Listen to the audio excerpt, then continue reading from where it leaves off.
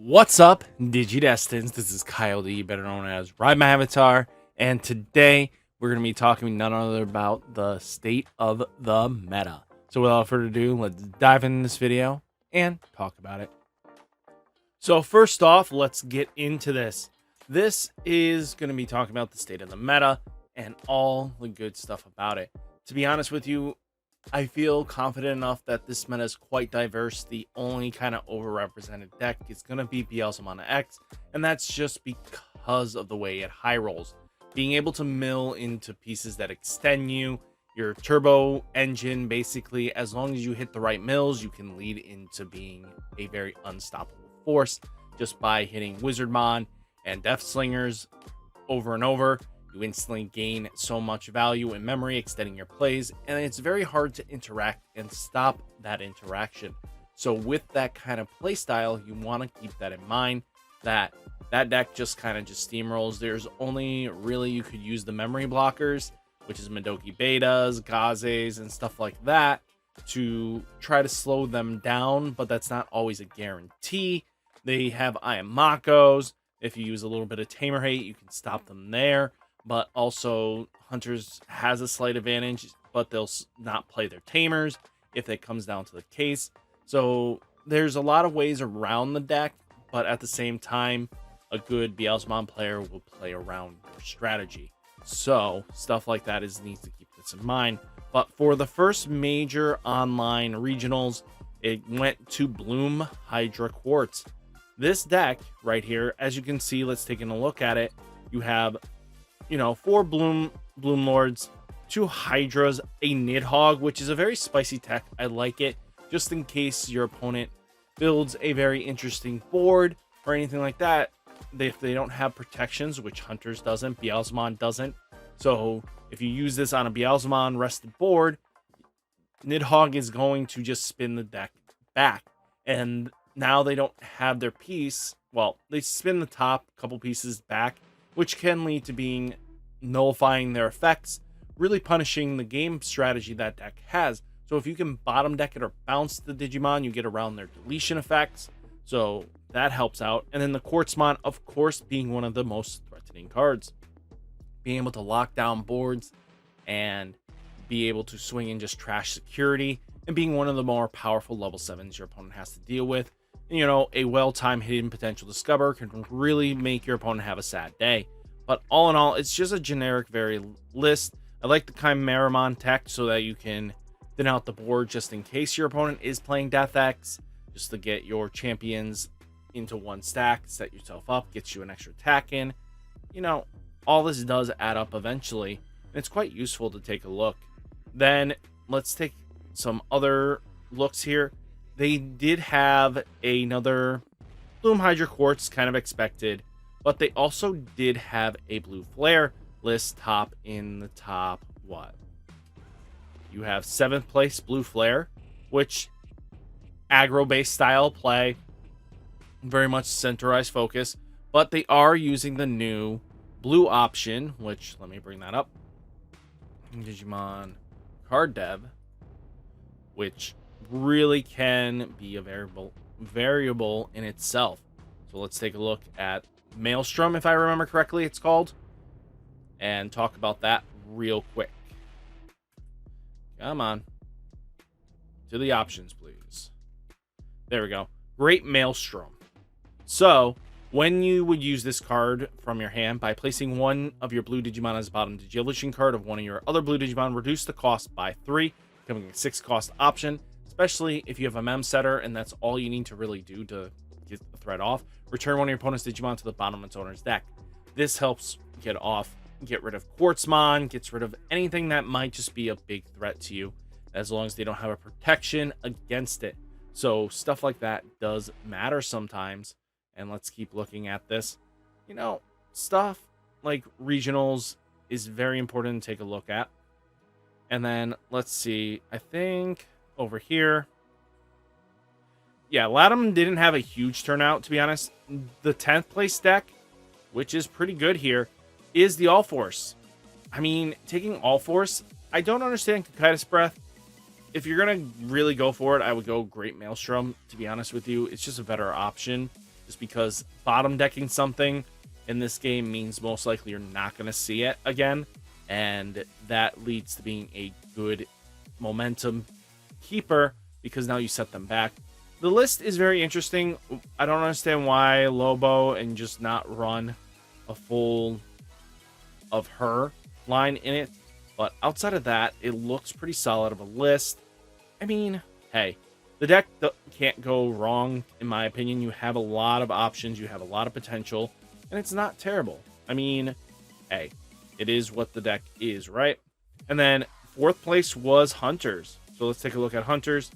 Very interesting. The biggest thing I'm questioning is Arrestramon Superior Mode at 3. I like the Calling from Darkness tech. It lets you get back pieces. Let's say Superior Mode died and, you know, it took the whole stack with it. That's a huge tempo loss. So being able to use Calling from Darkness and grab, let's say, your pieces back, like, you know, Gumdramon into a Superior Mode can lead to being some useful value. And even at worst case, being able to, as long as you have the Tigiru out, you can basically pop any of your Digimon, activate their save effects. Even using that with Dammon or, you know, the Shoutmon King version can really cycle back pieces back into the game. So I think that has a lot of potential. I think Watchmaker at 4 is a little overkill. That I get what you're trying to do, but I feel like 4 would be quite clunky, but that's just me. And then even 8th place, this is claiming this was Grandis with Quartzmon. Obviously, this deck has potential and has a good legging to stand on because the deck is going to do what it wants. It's never going to be bad in a certain circumstance.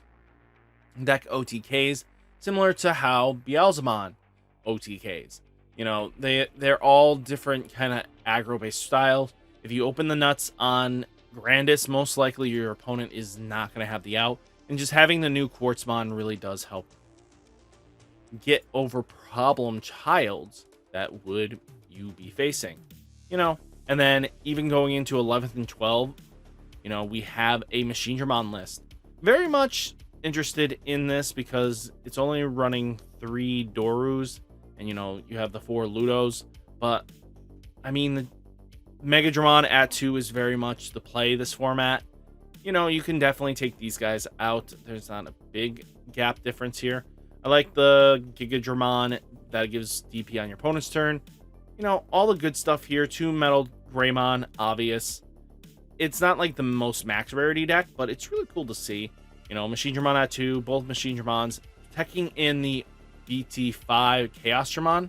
I think that's BT-5 or BT-7 Chaosdramon. It's one of those two. This card here, just being another board control option is really good. It's really interesting to see that they're playing the coin.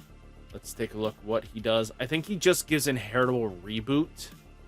Nothing too crazy. If I remember correctly, Greymon is just reboot. Okay. So it's not terrible, especially if you combo it in right.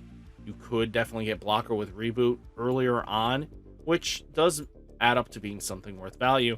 And then even just taking a look at the Greymon list, the Black War Greymon list, they'll say it's Greymon, but to be honest with you, it's just Greymon Tribal. It's just generic.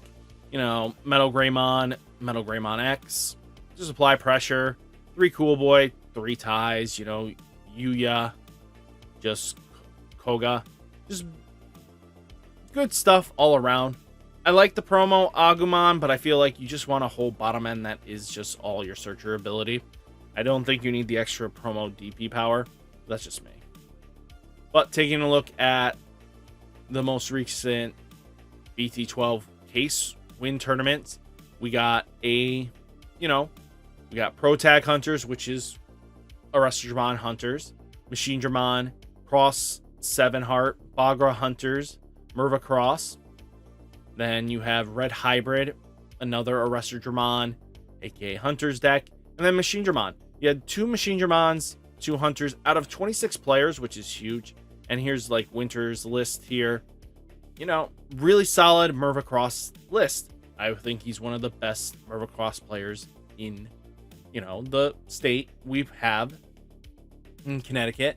So it's worth taking that into account. So I think that's really vital information there. You know, 26 players. This is the top 8 here. Not bad, not bad at all. You know, all forces taking lead in Swiss. Lists, if you want to see deck profiles, TCG Onslaught 6664 is definitely going to be placing the list for you. He'll put his third place Crossheart on his channel. Definitely check that out. Definitely worth taking a look at. You know, there'll probably be a few matches you get to see. Worth taking that. And then just bopping into Eggman's posting weekly events. You know, the top 4 from Gaia Force Gaming. We have Beelzemon X, War Greymon, Red Hybrid, Black War Greymon X. So it's definitely showing up to be like Beelzemon X is definitely the deck to beat of the format, just because Beelzemon X has some definitely high ends. The case tournament didn't have a single Beelzemon X winner, but that's kind of very interesting to me. You know what I mean? I wasn't expecting too crazy much, but definitely seeing the Gaia Force Gaming's getting their top 8s are like Beelzemon X, Beelzemon X, Beelzemon X, Beelzemon X. But that's just because I feel like online Beelzemon is a little more scarier than in person, just because you never know how authentic you're playing against that opponent. But taking a look at even just the basic list, and even with PPG, what I heard from was Beelzemon X won first, second was Red Hybrid. So that's definitely keeping that in the back of your mind there, that there are quite a lot of potential that way. And even just looking at Black War Greymon X, most lists are comboing it like this. That's not terrible. I mean, you did lose a little bit of momentum traction with Greymon X Antibody being a little bit less functional, but with the swap into Greymon X Antibody that has multiple protections, you definitely slow down any of the easier double pops that you were dealing with. So even taking a look at the third place hybrid, I love the spice with Gravity Crush. Definitely a very useful tech. Just very much stock lists, you know, Pokemons, Agoonies, Burning Greymon, Alda, you know, Emperor Greys, all the good stuff, all just lined up here. And then you have War Greymon sitting up, looking pretty. You know, definitely looking at these lists, you get a good understanding. It's spicy to have the Agumon. I wouldn't just justify saying it's always needed. But, you know, like I said, Wizardmon and Beelzemon is just really ridiculous. Plus Death Slinger, that's a shot at 8 memorying any time in the game. Just because you can just trash everything and then you set yourself up really nicely. And then even at worst case, you could do Rivals Barrage, get your pieces back, and set up another Wizardmon with the Ayamako. So that comes vital information there. But even taking a look at it, you have like Beelzemon X, Hunters, Beelzemon X. You got like 2 Hunters, Beelzemon X at 4, Black War Greymon X, and 1 all force. So it really comes down to competency of player base. And I feel like we're just getting in the cusp of things. I'll give it another couple weeks before we have a really solidified version of what we're going to be seeing for the meta, but definitely looks like Beelzemon X is definitely pulling ahead. Then kind of slowly trickling behind it is the War Greymon Tribal, just because there are just a decent amount, but we could definitely see a lot more in the Bloom Hydra department very easily. So it's definitely worth taking that into account. So guys, hopefully you enjoyed this state of meta I was talking about. Do I think the meta is unhealthy? No, I really think the format's actually quite diverse. There's a lot of potential, a lot of different ways of playing. You're not just restricted to just playing X deck just to win. I feel like this BT-12 is a format that if we got stuck in for a little bit, I wouldn't hate it, actually. I think it's quite useful that way. I think the format's actually quite unique in itself, right? Because there's just a lot of openings now. You know, Crossheart's not overly dominating. Hunters isn't overly dominating. The most represented deck is looking like to be Beelzemon. And that's just a deck that noob tubes you. And it's just a competitive deck for a lot of new players to get in. It's very easy to pilot. It's very uniquely easy to pilot, to be honest with you. But outside of that, guys, hopefully you enjoyed the video. Hit that like button, hit that subscribe button. Stay safe, stay healthy, and I'll catch you next one. Peace!